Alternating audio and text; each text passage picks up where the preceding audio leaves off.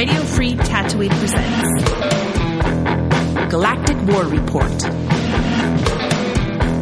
a Star Wars Galaxy of Heroes podcast.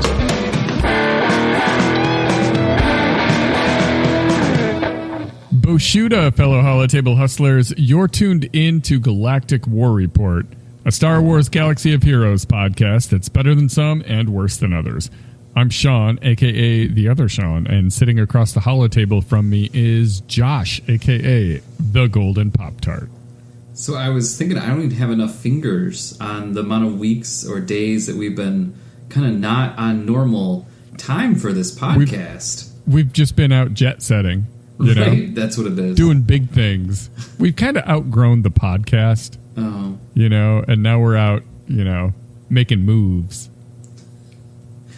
Making moves. I don't know about that, so. Just life has been happening. Thank you to everyone who has stuck with us and is listening to this. Didn't unsubscribe or any of that. Yeah, it's good to be back. 100%. It's, you know, we had holidays and then life, and then we're back. I don't have any more crazy stuff going on. So no more travel, no more holidays. We're back. And fortunately we don't we did this at a time of year where there's not massive sweeping changes to the game very often. So we have a full show for you today. We are going to talk about this new what is it called? Like the new era of the cavalry has a cavalry or whatever. Yep. It's the new Bad Batch, right? So we've got Omega, Fugitive. We've got Batcher. We're going to talk about those two tonight. We're also going to talk about the raid changes that they've recently implemented and how those are going so far. But this is the one part of the show that's going to be really sad for me. Because I look forward to this every week as a moment to just kind of reflect on a character that maybe some of us have forgotten. And we don't really get to do that this week because there are no Blurf days in Galaxy of Heroes this week. Not one. I looked at my calendar. I hit refresh to see, am I like losing my mind? No. There's nothing. Crazy. If we would have recorded one last week, we'd have a giant Blurf Day section. But yeah, there's nothing. It's a quiet week. Save your money. There you go. You know, maybe shed a couple pounds because you're not eating all that Blurf Day cake. Get fit because next week we got more. There you go. All right. So instead, let's take a look at this week's upcoming in-game events. Brought to you by swgohevents.com. For a complete list of past, present, and future events, swgohevents.com is a universe of info in a galaxy of heroes. Now, this is also going to be a sad moment for me because ain't much happening in the game. Stardust Transmission on the 31st. You know, if you're... What's that? It's simable, by the way. Which is amazing. Oh, that's beautiful. Yeah. Yes. I don't mind that at all. If you're still working on that profundity, though, that's like a holiday to you. That's a good thing. I still am. So I thought you were going to be like, I'm so sorry for you. No. It's a good day. For me, it's 5 years. Yeah. I'll take some shard shop currency. I don't mind that. But yeah, so there's that. Nothing on the 1st. Nothing is scheduled for the 1st. You got to be kidding me. On the 2nd, training droid smuggling. That is hardly an event. I know, right? On the 3rd, Omega Battle on Bespin. Also, hardly an event. And it's not listed here, but that'll be the Monday Conquest ends. So we'll get all that stuff too. So we do get the Proving Grounds, Ultimate Journey. I guess that's really it. But that's something to look forward to. And then on the 4th, there's nothing. Look, I say if you were ever going to strike from Galaxy of Heroes, this is the week to do it. Ain't nothing happening. Yeah, right? Then, okay, on the 5th, we have an assault battle. Places of Power. Okay. That's more like it. That's what I'm talking about. On the 6th, nothing. Wow.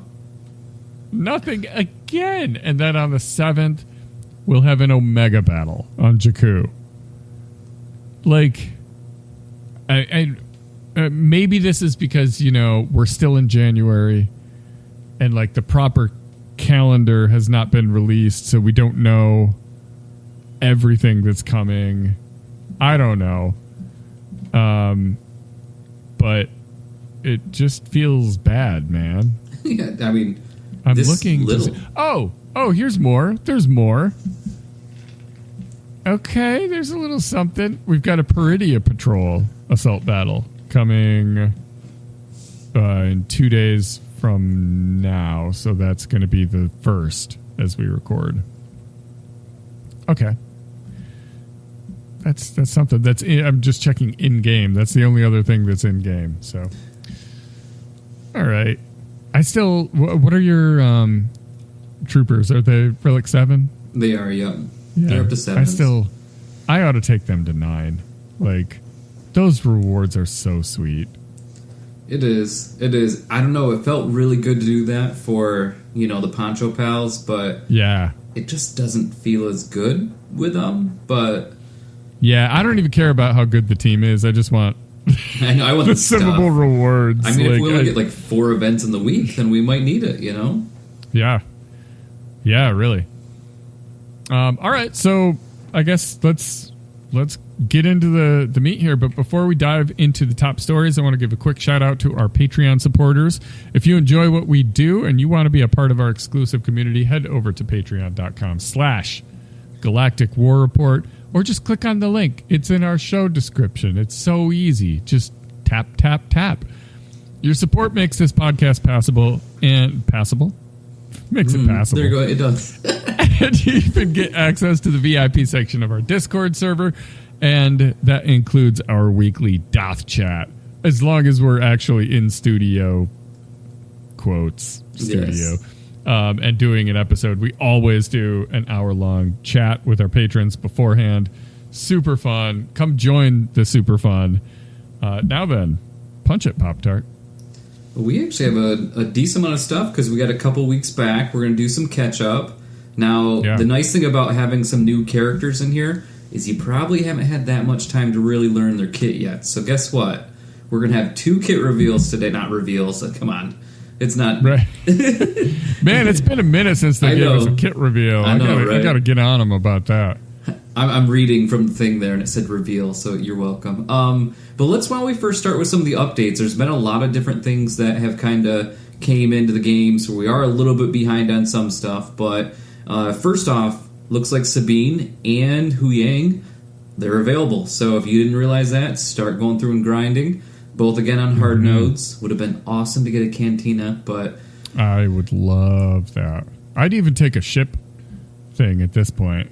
Yeah, well, we got to get through the punishing one, and then after that I'd feel pretty good. But either way. Yeah. So, and then with the staff, actually, so that looks like that is in this time period being able to be accelerated. I still don't have that at 7 stars yet. So at some point now, being accelerated, I might have to do that at some point, but we will see. Also, too, one little thing that kind of happened, Malgus is a little bit different. I'm not sure if you've noticed, but... It came up on stream. I was streaming earlier today, again, for the first time in forever. And someone pointed that out. But yeah, it is. He has changed. Yeah, so before, I think there was some people that said that he did his how many times? Twice he does his basic, I think. He hits twice, yeah. Yeah, and it was so slow that after a little while, and I think the animation was just a little bit wonky, to be honest, and now he goes really fast with both of them, so you get both swings right off the bat, so it's pretty decent. So... Little things, and again, this is one of the weird things. There's not really anywhere. It wasn't any notes or anything like that. It just people started to see it. So I guess it was something they just wanted to fix, and didn't want to tell us about it, I guess. But yeah, so yeah, a little stealth buff. I mean, the same thing. Like, I mean, if I was them, I'd probably say when they do like a face upgrade, and because I'm one of those weird people that always really likes and cares about that stuff. So, but they usually don't put that out there either. So, I guess So yeah, but the biggest thing for us, not the biggest, but one of the biggest, is going to be the Naboo raid. There was an update, and I mean, first off, I was going to say it's kind of weird timing a little bit, but we are getting probably to the end of its cycle. So maybe they decided to make it just a little bit easier for some folk. But I know it was easier for me right off the bat. So it looks like the command droid is a little bit less, as a beast. So he starts off, his special starts actually on a cooldown now. And then instead of being kind of a cooldown of 3, now it's going to actually be at 2. So it really means that it doesn't start off in that special attack to basically bring you down right then. And Gives then you some time to actually attack, because you would start a wave, and notoriously, Kit Fisto, you wouldn't want to do his good move. No, because if you do it, it goes away instantly, right? And so now you can actually mount an attack instead of your first 2 turns with every character, or your first turn with every character. Completely don't matter, because they're going to wipe away any debuffs and wipe away any buffs and fully heal and take 100 turns. And that, thank you. That's what we needed, was get rid of that. I mean, again, I'm great to have it. It just would have been nice a couple days ago, maybe a week. Yeah. I mean, the last time we podcasted, maybe, I don't know, it would have been nice, but right. Yeah. I mean, I just feel, I don't know. It's frustrating that it took this long, and they dragged us through the sewer so long, to go through this. And then they're finally like, you know what? This does kind of suck. Catch that before you make us do it all. I don't know. It's frustrating. There's so many mechanics in this game that just drive me up the wall, and that was one of them. Oh yeah. And full disclosure, I just missed my guild's raid last week. Didn't do it at all because I was traveling and whatever. It just oops. Usually I'll get in and at least do a Gungan run and call it good. So tonight I actually did my first run post fix. And I did Gungans, and it went great. Cool. So then I tried the Luminara Kit Fisto team. I only gave it 1 attempt, but that did not go great. Oh no. I'm trying to get where I'm beyond remodding for this. Oh, yeah. I'm not remodding for something I do every week. That's not a thing Sean does. So I tried to go in and hit auto on that, and we were not having it. So I don't know. I'll give a more detailed report next week on how the changes have affected me. But so far, Gungans was a breeze. I have the Omicron, so it's never been super difficult for me. But I'll try the other teams out and see how it goes. Yeah, for me actually, it was the first time my Gungans actually on auto just full cleared. I mean, I don't have the Omicron on there, so I mean, and they have decent mods. I basically made the mods for this and just kept them on there, but it'd always get close. But I didn't ever actually even have attack set things or Droidicas and anything like that. So this time, I mean, I just pressed auto. I'm like, oh, this is good. This is a little bit better. I can hit auto and it's a little bit easier. So, and honestly, I mean, I ended up going up almost a full million, to be honest. Again, but I think too it was partly that I wanted to actually see what the difference was, and when I started to play it, so again, auto with Gungans, but tried with the other ones. But I mean, it worked out pretty well. And our whole guild actually went up the next crate. I think both because we were really putting a little bit extra work into it, but also too I think this helped. So we'll take it as a win. My guild has been talking about, do we want to go up, do a push for the next crate? And I mean, if it's more doable, maybe. I personally, I'm still limited by relic levels. Oh yeah, me too. Like, I could max out every run every time, and it's not a huge difference for me. Like when we pushed to get to the crate that we're at, that's what I did. But then I kind of found like we don't all have to go that hard because we're so far away from the next crate. Like we can do the ones that matter. I work on, and then the other ones I also play. You know? Yeah. So I don't know. Yeah, it's. But yeah, they also the cooldown thing. They also put a status effect that shows what his cooldown is, which is handy because then you know when it's stupid to do the Kit Fisto move or whatever your version of that is for the team that you're using. So I really like that as well. I mean, hey, we'll take any win. I mean, do you think? I mean, how long do you think until the next raid? I was under the impression that it was like coming soon, like first quarter. So here we are at the end of January. Like, I can't have that much longer to go. But the other thing that I find interesting is you look at what characters have been associated with raids, right? And there never was a strong association with specific characters for the first few raids until Crate Dragon. Yeah.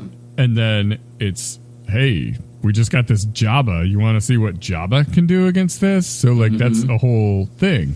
And then the next one, the Endor speeder bike pursuit, was, like, even more so. Like, it's not like Imperial troopers, rebels, and Ewoks. It's these Imperial troopers, these rebels, and these Ewoks. And so it got really sort of prescriptive. But again, the star is Leia. Yeah. And then the next one, the star is Jar Jar. You could argue Amidala team as well. But, like, they're highlighting the new thing. So it does seem weird that, like, Ahsoka comes out and no raid. Yeah. And she, it also, just from a content perspective, like a canon perspective, like, what would be her big raid? We already have Baylan Skoll and Great Mothers. I guess there could be some kind of Thrawn raid thing, but that doesn't seem like he's not a boss. He's not someone you would fight and be like, I don't want to get in a lightsaber fight with that guy. It's you know. So I don't know. I don't know what could be. I mean, the speculation has been a Zillo Beast raid for a long time. And I'm cool with that, but that's like a Clone Wars era thing, and we kind of have squeezed that lemon, you know? I mean, they could always just grab one of those and bring one back over, right? But let's hope that's not the case. But. Yeah. I mean, worst case scenario, we get like challenge Crate Dragon or something. Challenge speeder bike pursuit. Oh my gosh, that would be horrendous. I mean, at least with speeder bike though, I mean, you could hit auto. I mean, it was pretty easy to do well in auto. I mean, as stupid as it was, I did not care. Yeah, agreed. It made my life easier. And I'm like, all right, well, I got a trooper, a rebel, and someone that has the evade thing. I think I'll be good. And you hit auto. It doesn't make sense. It's not exciting or engaging, but, like, sure made things easier, you know? Yeah.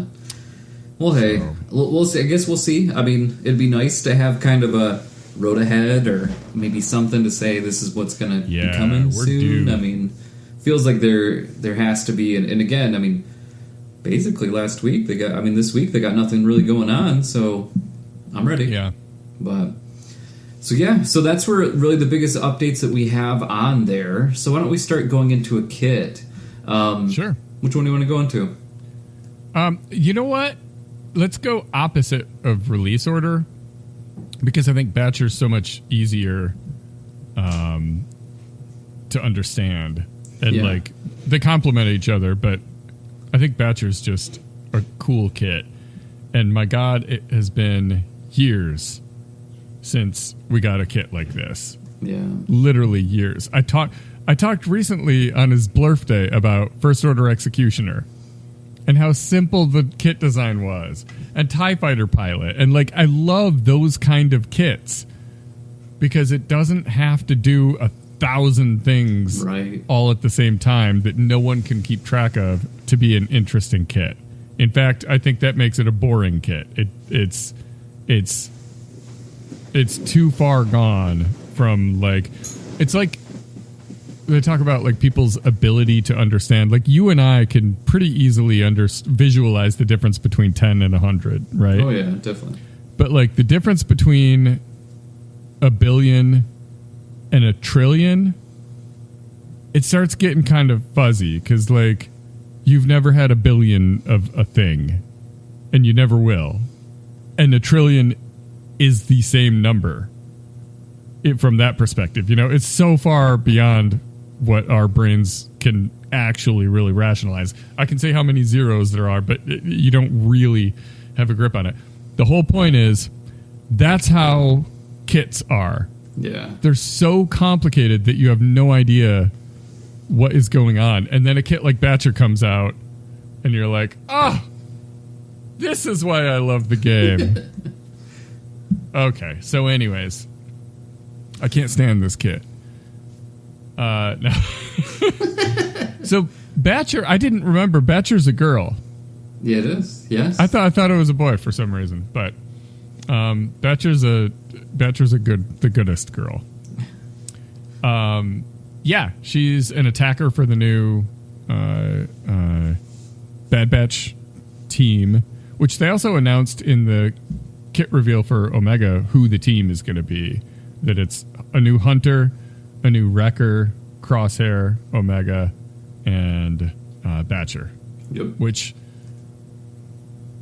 I hadn't really thought through, but I guess that's a pretty sensible 5 right there. Right.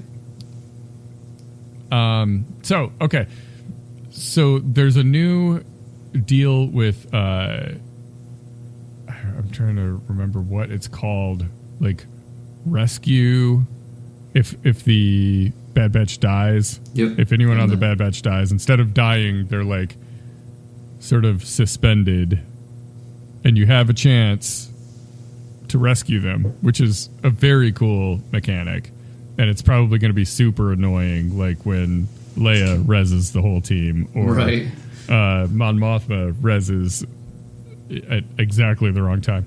I think it's anyways, let's go over Captive. That's there what it is. Yeah.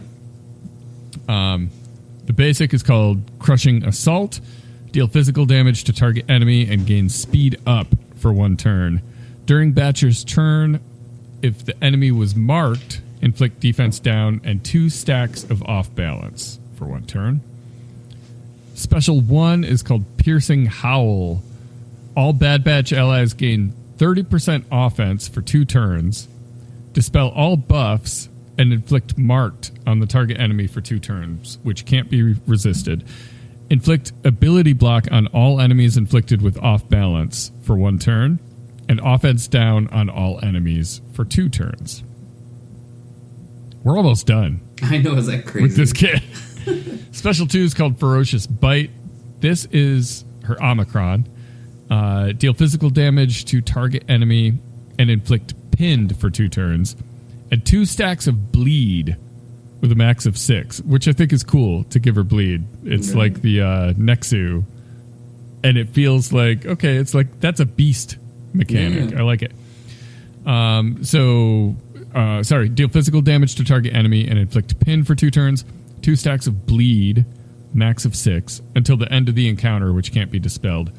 Bleed, refresher, is -5 speed and tenacity and lose 5% health each turn. Remove 1 stack when any health is recovered. While in territory wars, inflict an additional stack of bleed, with again the max 6, until the end of the encounter, which can't be dispelled. If another Bad Batch ally is inflicted with captive, the cooldown of this ability is refreshed. And then the last one is her unique. This is a Zeta. It's called LH201. Batcher's damage can't be evaded, and she ignores stealth and taunt during her turn. That's nice. That's good stuff. I like that. While another Bad Batch ally is inflicted with Captive, Batcher has plus 50% offense, plus 50 speed, and Piercing Howl's cooldown is reduced by 1. Batcher assists herself whenever she uses a special ability on her turn. So that's pretty darn cool. Essentially, she's going to do the crushing assault that every turn, whatever she does, it's going to be followed up like that. It's almost like General Skywalker, where you're always getting a 2-for-1. Oh yeah. So really cool kit. Oh yeah. Now for bleed, I like it. Who else has bleed? That's not one that I don't think any characters outside of Nexu. Oh, okay. It's maybe a different raid thing, but I think it's just Nexu from Territory Battles and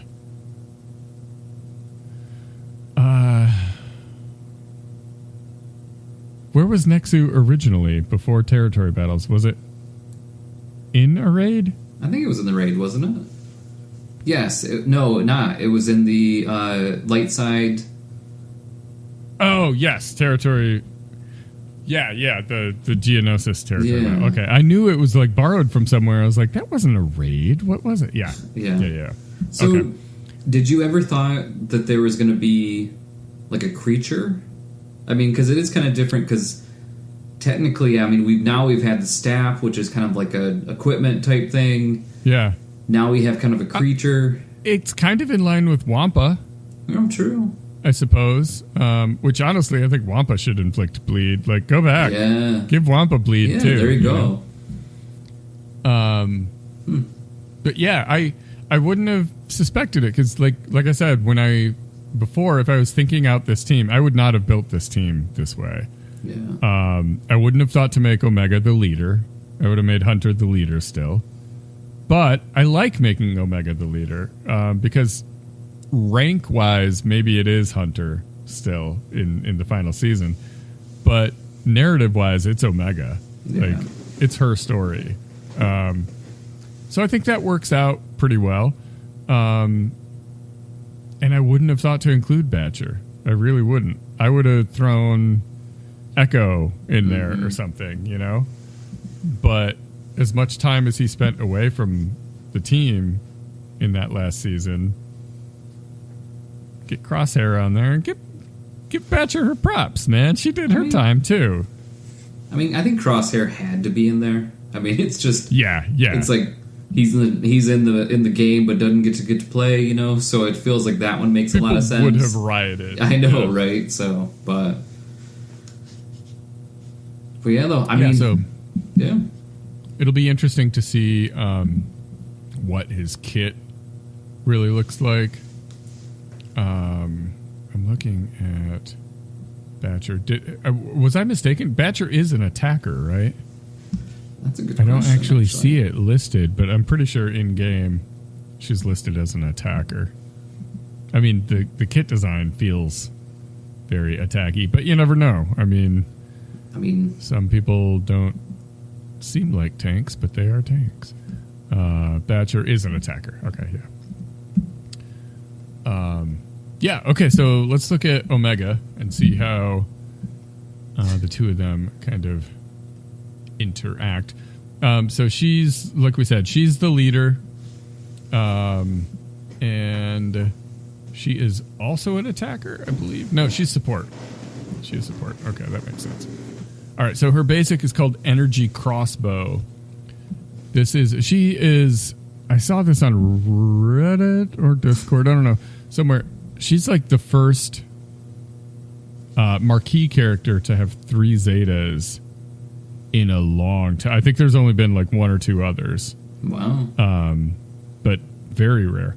So deal special Deal special damage to target enemy. If any Bad Batch allies are captive, progress their rescue objectives by 5. We'll get into that. Is it in her kit? Yeah, okay. We'll get into that in a bit. Otherwise, the healthiest Bad Batch ally without stealth gains critical avoidance up for 2 turns. So, Wrecker. Yep. Essentially. Special 1 is called Big Sister, cooldown 3. This is also a Zeta. Dispel all debuffs on all Bad Batch allies. Love it. Target ally recovers 100% protection and an additional 15% protection per Omega's relic level. This is reduced by 5% per debuff dispelled. For each 1% protection recovery received while that ally has 100% protection, they recover 1% health. For each 20% health recovered received while that ally has 100% health, they reduce their cooldowns by 1. So basically it's a priority. She's going to wipe out debuffs. Then it moves on to gaining protection. If there's more, then it goes to health. If there's more, then it lowers their cooldowns. Really a nice... amazing. Swiss Army knife debuff. Or not debuff, cleanse. It's like the best cleanse in the game, from what I can tell. It dispels everyone, you know? And then the one target gets all those bonuses. That's awesome. And it's fun because... have you seen any video of this yet? No. Oh, it's amazing. It's so it can be paired with Nihilus. I've heard that. That's amazing. Yeah. And so watching that and actually in the marquee, what if his I started cooldowns just never existed? Right? Like, I mean, it's really cool though because again, Omega in the older version really hasn't been obviously not a loved character, but I feel like this one's going to be a big deal because of this ability. Yeah. I mean, to make it to where it's cool. The old Omega, but she was never required. Yeah. And Shakti slotted in really well on that team. So it was like, why would you build up Omega? And I did because I like the character and I'm obsessed. Like, I'm not going to ignore a character. You gotta collect them all. You could make a version of like my least favorite person in the world, and I'm not going to say who that is, but you know, you could make that character, and I'd build them up. Well, maybe not my least favorite, but some of my least favorite people, I would build up. My point is, I'm not in the like, I would never level up Rose camp or something like that. I don't care. Yeah. I don't care who it is. Give me Jackson from the old Star Wars comics. I'd be on it. I don't care. That's a bad example because Jackson's awesome. But like, give me Chewbacca's son from the holiday special, Lumpy. I'd level him up. I'd use him. I don't care. I'll do it. I'm nuts. Okay, special 2 is called Our Way Out. This has a cooldown of 3. Remove stealth from the healthiest Bad Batch ally, and all other Bad Batch allies gain stealth until the end of the encounter, which can't be copied, dispelled, or prevented. If they already had stealth, they instead gain 10% turn meter and an additional 5% turn meter per Omega's relic amplifier level. All Bad Batch allies gain retribution, riposte, and tenacity up for 2 turns. All stealthed allies gain advantage, foresight, and speed up for 2 turns. So a similar thing where she's strategically giving someone taunt, essentially, whoever that may be. Because, I mean, how many times have you been in a situation where your tank is taunting? And that's what you want, right? Until they have a sliver of health left. Happens to me with Morgan all the time with the Great Mothers. Yeah. Mm-hmm. She'll get real low, and I'm like, gosh, she's still taunting. Like, this sucks. This is just kind of shifts that and says, like, hey, you take a break, man. Go rest up. Get your stealth, your riposte, all that, and you know, let them hit some other sucker for a while. So I like that. And then she has one unique and a leader. Unique, odd little clone. She has plus 50 speed. Which I always find it weird when they put that in an ability. Like, just make her base speed higher. What's the point? If Omega is in the leader slot, the first time each ally, Omega, Batcher, Hunter, Wrecker, and Crosshair would be defeated, remove all buffs and debuffs, and they are inflicted with 10 stacks of captive until the end of the battle. While captive, they can't be targeted. They're immune to all damage, recovery, buffs, and debuffs, and they lose 1 stack of captive whenever a Bad Batch ally takes a turn. Bad Batch allies can contribute to their rescue objective. If their rescue objective is met before they lose all stacks of captive, they lose captive and recover 100% health and protection. Otherwise, they are instantly defeated. So it starts a clock. You got 10 turns to figure it out. If you do, you get that character back. If you don't, well, they died already, right? So, if all allies are captive this way, they immediately fail their rescue objective. This effect persists through defeat. Captive is your speed set to 0, no bonus attack, no turn meter. You're just in exile, basically. Yeah. That's a different mechanic. You're not in exile. No, you're not. You're just there. Rescue objective is gain 30 stacks of target practice. Now, I assume that's going to be her rescue objective, right? I'm sure Crosshair, Wrecker, and Hunter may have other rescue objectives. I don't know. Anyways, her leader ability is called Learn by Watching. This is a Grand Arena Omicron also. Bad Batch allies have plus 30% crit damage and offense. At the start of the encounter, all Bad Batch allies gain stealth until the end of the encounter, excluding the healthiest Bad Batch ally, which can't be copied, dispelled, or prevented. At the start of each character's turn, stealth allies recover 0.5% health and protection per her relic level. Stealth Bad Batch allies can't be critically hit. That's nice. Oh, yeah. During a Bad Batch ally's turn, whenever a Bad Batch ally damages the same enemy or enemies that were damaged in the previous Bad Batch ally's turn, all Bad Batch allies gain a stack of target practice until the end of the encounter, or unless they damage a different enemy, while the previously damaged enemy is still active. Yikes. That was a lot of words, but I think I get it. Oh, yeah. Like, if they're hitting the same guy over and over, you're completing your objectives, right? And then, while in Grand Arenas, if there are no GLs and all allies are Bad Batch, whenever an ally is damaged by Expose or by an enemy with bonus protection, all enemies receive damage equal to 1% of their max health for each stack of target practice on all allies. This damage can't be evaded and can't defeat enemies. Stealth allies are immune to damage over time and plague. Enemies they defeat can't be revived, and they take a bonus turn whenever they are stunned or another ally falls below 100% health. So bonus turn when stunned is like slightly different mechanically than just being immune to stun, because it kicks it up to your turn. It's worse than being immune to stun because it kicks it up to your turn, but then you've got 0 turn meter. Yeah. So slightly different, but also whenever another ally falls below 100% health, bonus turn, like, nice. Okay, heal him back up to 100. It's not just the first time, it's whenever someone falls below 100% health. I mean, I'm looking forward to my first real Bad Batch team, so that'll be nice when this is done. So, I mean...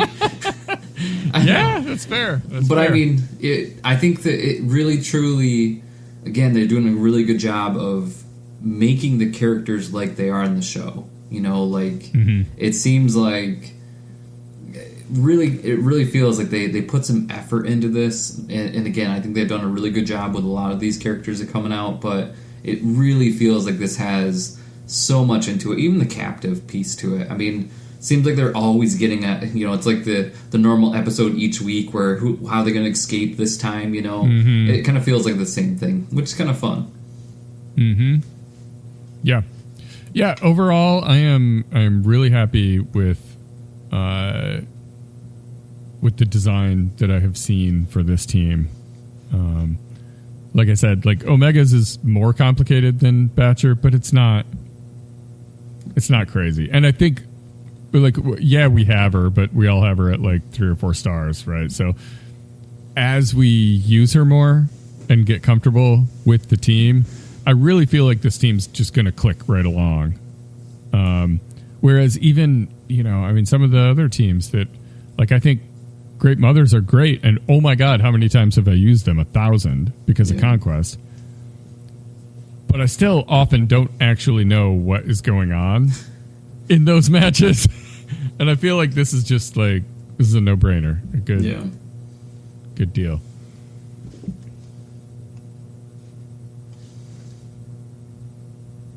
Wow. Mean comment. Why are you guys... Because there's no images on the Omega kit reveal. Oh, yeah. No, I'm not even going to read it. No, it's just a hater. I'm not giving them any... Not giving them any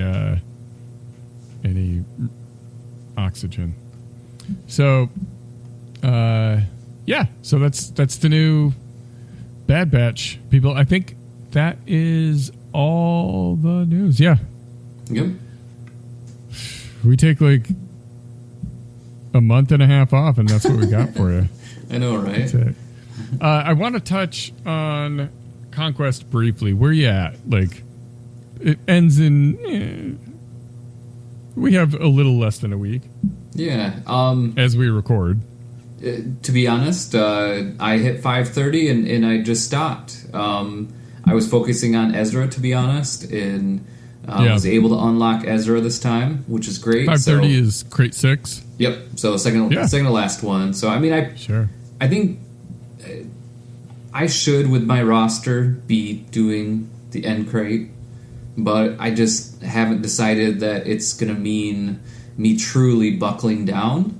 And I thought this time was going to be different, and I probably could do better, but in the long run, I know it's still going to be early part of the next one that I'll get her unlocked. So, and I really actually had fun this time around. I think the discs this time around has been really cool because being able to kind of feel like you're just beating stuff up, and it didn't feel like it's like a kind of a cheating mechanic either, because in the other one it felt like you just basically, and again, debuffs is huge to obviously get a lot of that damage going, but it just felt pretty good.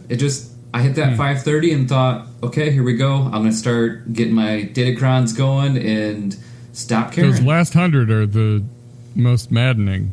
It's a challenge, 6:30.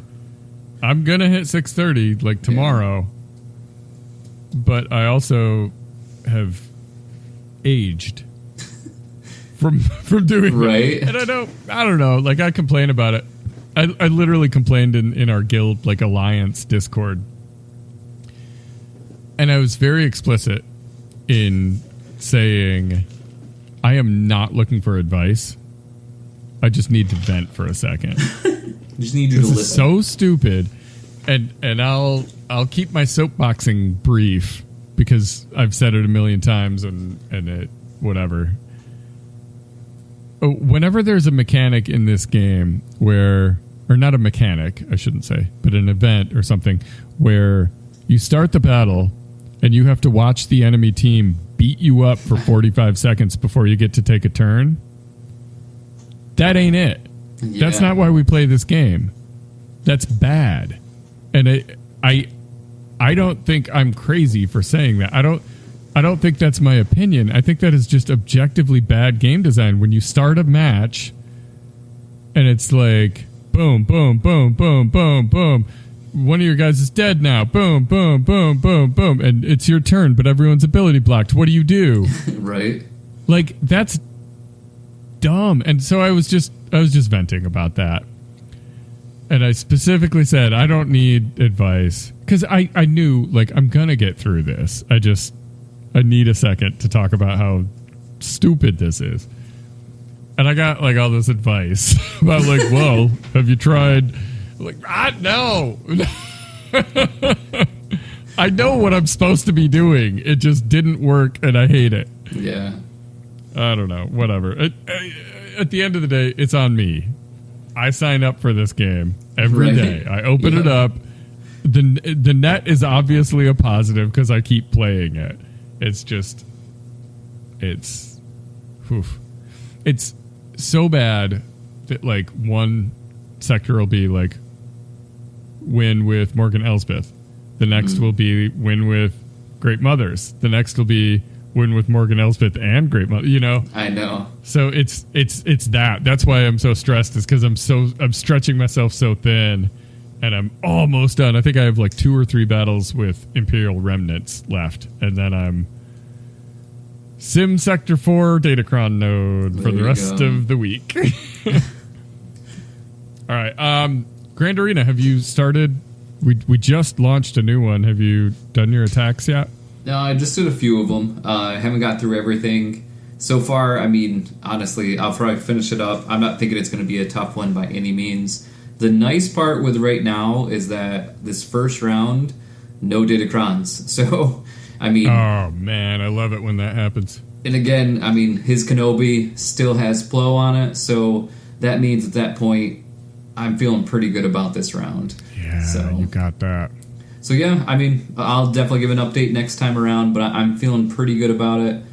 Defensively, I didn't do too crazy different changes this time around, but I did get a lot of Datacrons, so, and every single one has Datacrons. The good teams haven't changed that much since last round, unless you now have Baylan Skoll and or Ahsoka, and we don't. So, and to be honest, I've faced her, and it wasn't that tough. I mean, weirdly enough, yeah, I think I fought her once, and Leia really just beats her up. So I mean, Leia beats most stuff up. So, and I usually try to, like, if I see if they have her, then you just keep Leia. So I mean, it hasn't changed, and I don't even feel like the Datacrons are, again, Starkiller one's great. There's a lot of great things, but it doesn't feel like it's a huge difference, and I'll take a win for that.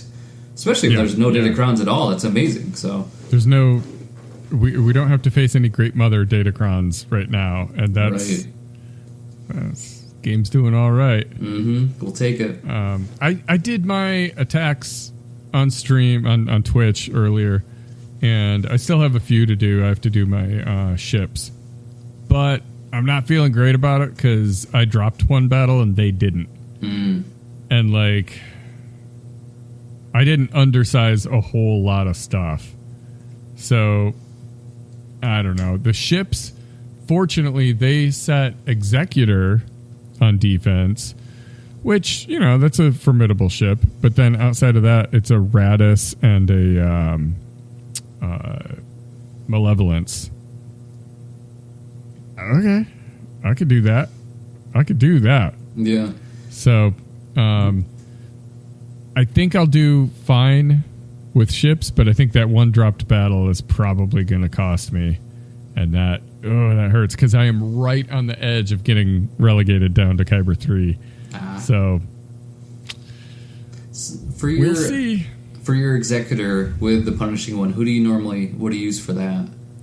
Well, if the other two fleets are kind of crummy like they are, I'll just use Leviathan. Like, yeah, but say they have a Leviathan. Oh, well, then I'm screwed, my friend. Yeah, I know. That's what I've been in that boat a few times. So. It's a mirror match. Leviathan, you can absolutely win because the AI doesn't know to bring out Scimitar first. So you bring out Scimitar first, get the speed boost, boom, you win.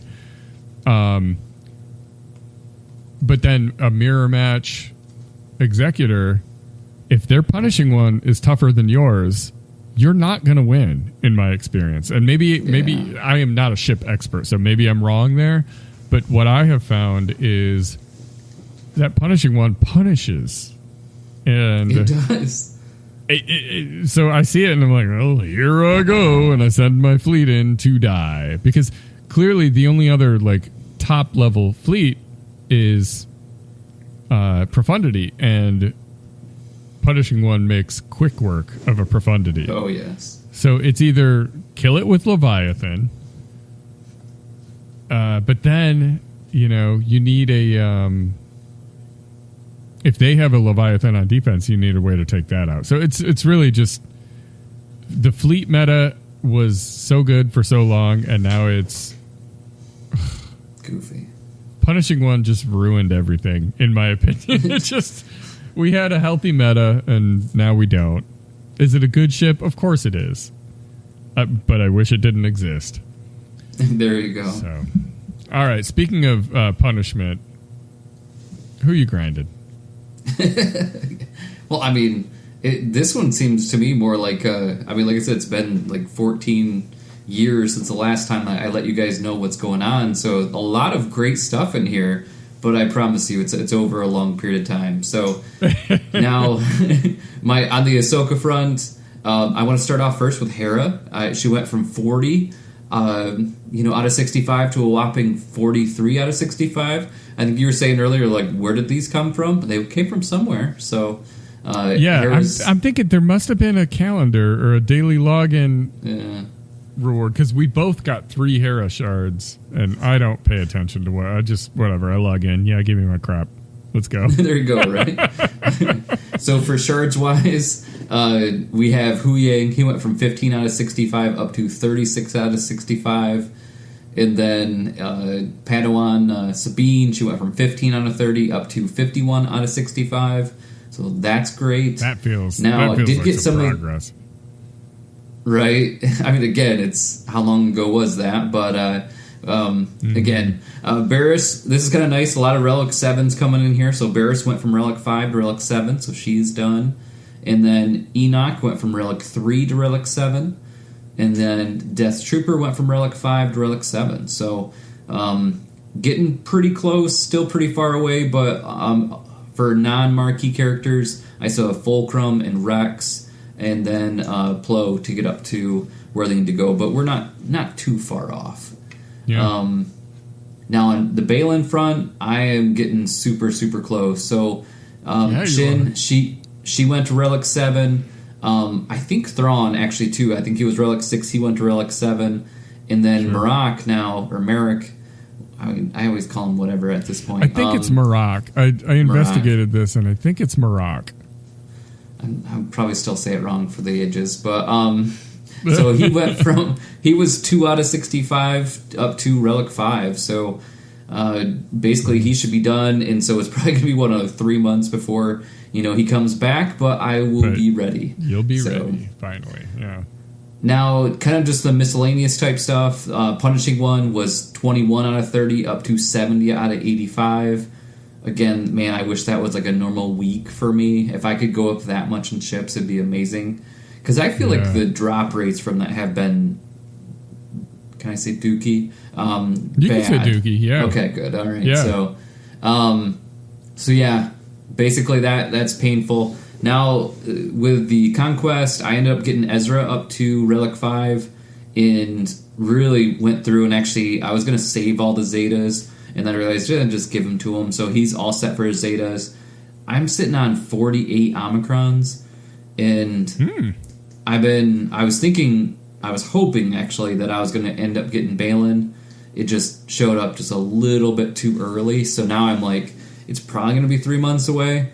And I do feel like with all the changes, I do get more Omicrons.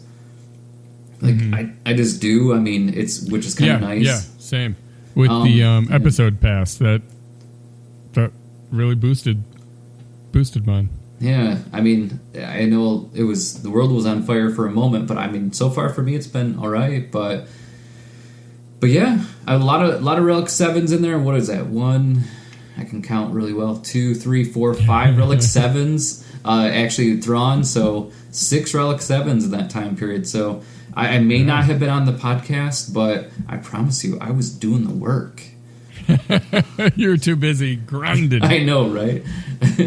So yes, that is mine now. Like I said, that's a lot of Relic 7, so I gotta know for you who you grinding.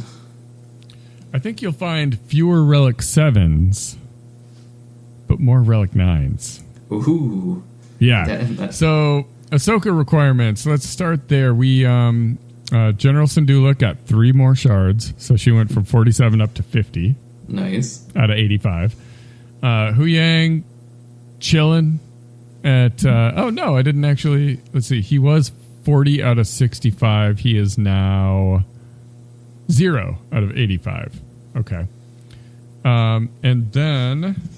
Who else? Padawan Sabine from 15 out of 30 up to 37 out of 65. So we're moving. Oh, yeah. My numbers are not as big because I did that one show, that one solo show. So I've only got a couple weeks to work with here. But Balin Skull, Shin went from 29 out of 85 up to Relic 7. And it was kind of fun using her in Conquest. Oh, yeah, when they're I like, agree. you have to do a battle where Shin survives. I'm like, okay, Yeah, that's I know. fine now, you know.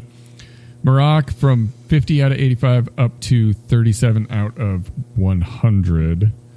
So we're getting there. We're at the point now where we have to start like, am I going to have the signal data to do what I need to do? You know, kind of make sure I kind of earmark some of that stuff.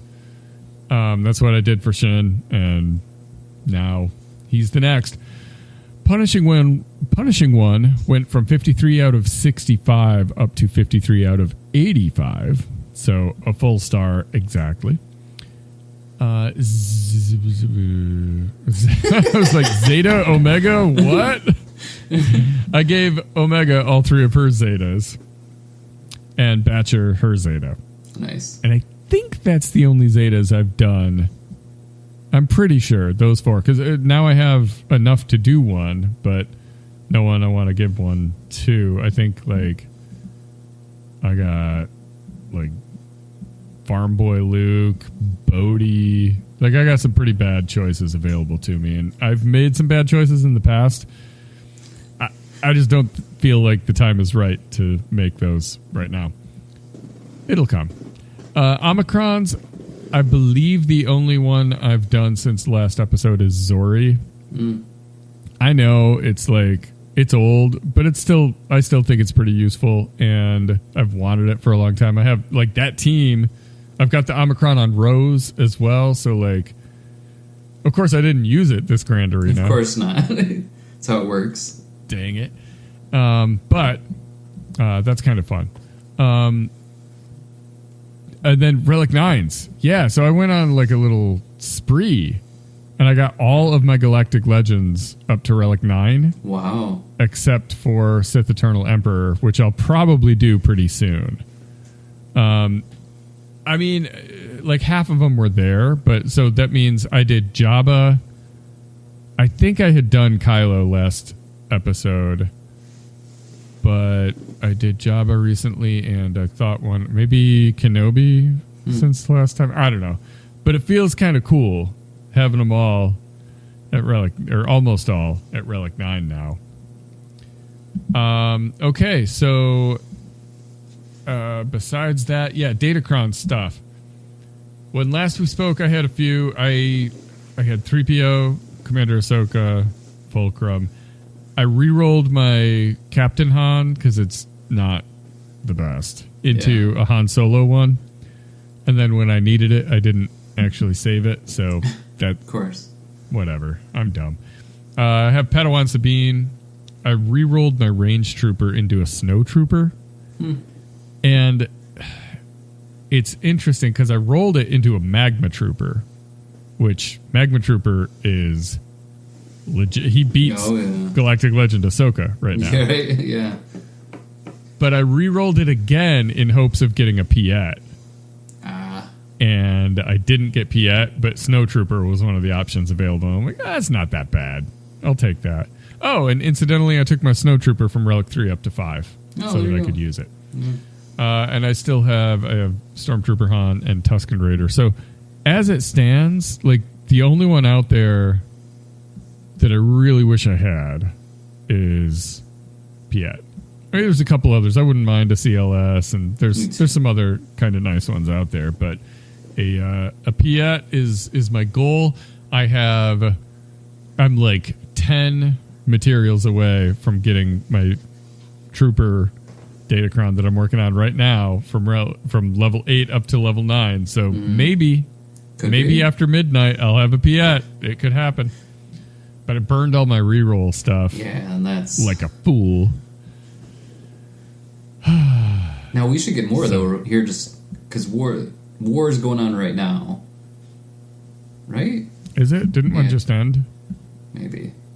Or did you use it already that you just got? I think I did.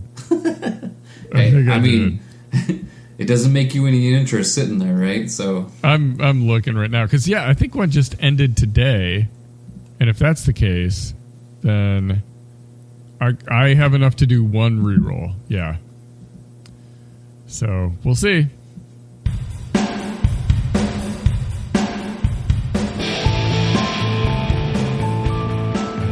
That's all we got for you this week. It may not be the best advice, but at least we didn't recommend you burn all your reroll mats on ending up with a snowtrooper. If you want to continue the conversation, join our Discord server. It's linked in the show description. Become a real live Jawa by supporting us on Patreon, and share your thoughts by leaving us a podcast review. Big thanks also go out to Paburapa and swgoh.gg and swgohevents.com for providing all the hard data we misinterpret weekly. Thanks for tuning in, and may the Force and RNG be with you.